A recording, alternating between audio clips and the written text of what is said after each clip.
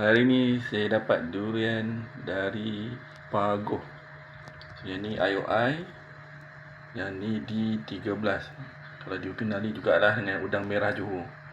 Okay, so hari ni saya nak tengoklah isi dia. So sekilo 18, beli di KL. Okay, so ni dia punya isi, ni D13 ataupun udang merah Johor.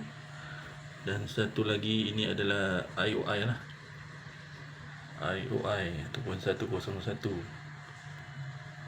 Yang ni tiga biji ni daripada Pagoh. Dia cakap musim di Pagoh pada hari ni 21 April dia dah nak habis.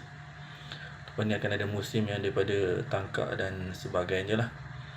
So IOI ni dia nampak dia lebih kering sikit lah berbanding D13 ni.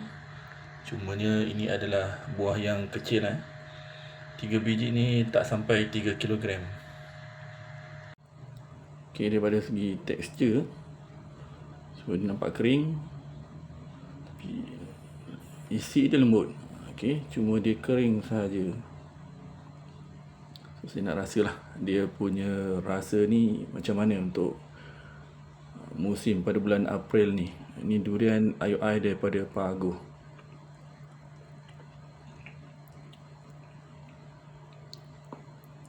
Okay, lembut. Cuma dia punya isi ni dia tidaklah seperti durian yang pokok yang dah tua. Ini pandangan saya lah. Tapi rasanya sedap lah. Sebab saya pernah rasa yang IOI lagi, yang pokok tua ni dia lagi sedap. Kemudian D13. Okay, kita bandingkan D13 dengan IOI. Saya ambil satu lah dulu. So pun dia punya tekstur dia pun lembut. Cuma dia punya durian ni tak berapa besar. Okay, so daripada segi rasa dia,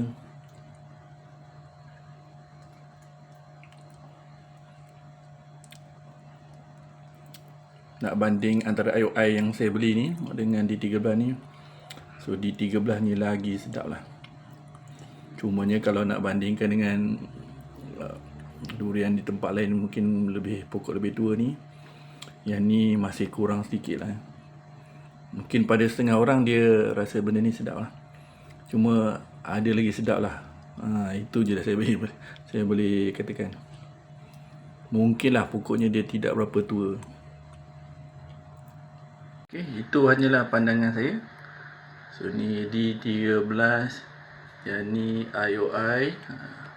3 biji ni 50 ataupun sekilo 18, beli di KL. Tapi durian daripada Pagoh. Dan dikatakan di Pagoh akan berakhir lah pada akhir bulan ni ataupun awal Mei ni lah. Kemudian mungkin akan turunlah buah daripada tangkak pula. Okay, selamat menonton. Ini review saya untuk tahun 2020.